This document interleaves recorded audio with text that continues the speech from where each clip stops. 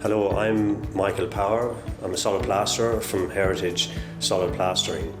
Today we're here at TMAG and we're going to apply a sacrificial lime render to these walls. Much of the museum site is on reclaimed land and it is also right by the seaside, so there's an incredible amount of salt in the grounds. So we have a lot of problems with rising damp and with salt egress into the bricks. It's important that we remove that salt and deal with the rising damp issues. In a lot of old buildings we have a solid wall, there's no cavity. We've got rising damp. With the rising damp comes salt. We have to take that salt out of the bricks. A sacrificial lime render is the easiest and least obtrusive way to get the salt out. Somebody in the past has put a cement render on. It's the worst thing you can do. So probably the biggest challenge is taking off that cement render without damaging the brick.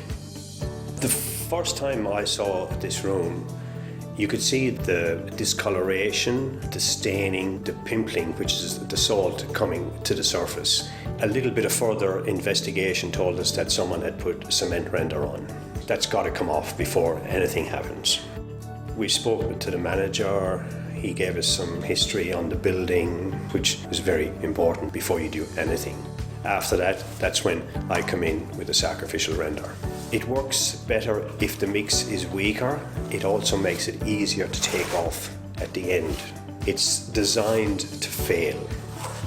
For the sacrificial mix, we use a slightly coarser sand, clean and dry, 4 or 5 parts sand to 1 part lime putty. So I've got my 4 sand and 1 lime. And now I'll put it into the mixer.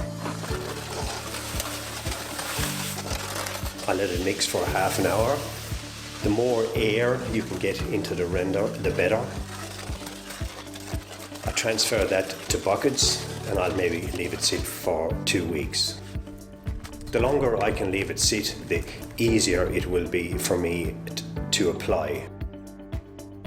I'll check the pointing to make sure it's intact. If there's any pointing that's loose or failed, I'll take it out because that will allow the sacrificial render to go into the joint and it'll be beneficial for drawing out the salt. I'll brush off the dust and I'll spray the wall with a spray and that's about it. Because it's a coarse, weak mix, you just need to remix it in the room on site. You can almost hear that sand, you can hear the coarseness of the stone. It's basically simple, you just need your hawk and your trowel. It's better to leave it rough. Leave it coarse, create as much surface area as you can.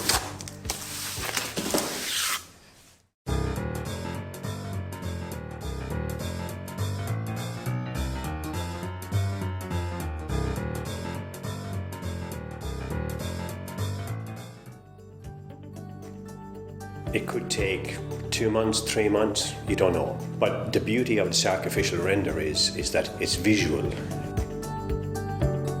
You will see the salt coming to the surface. You will see the areas that are worse than others, so that if you have to do it again in a year's time, you can spotlight the areas maybe that need to be done.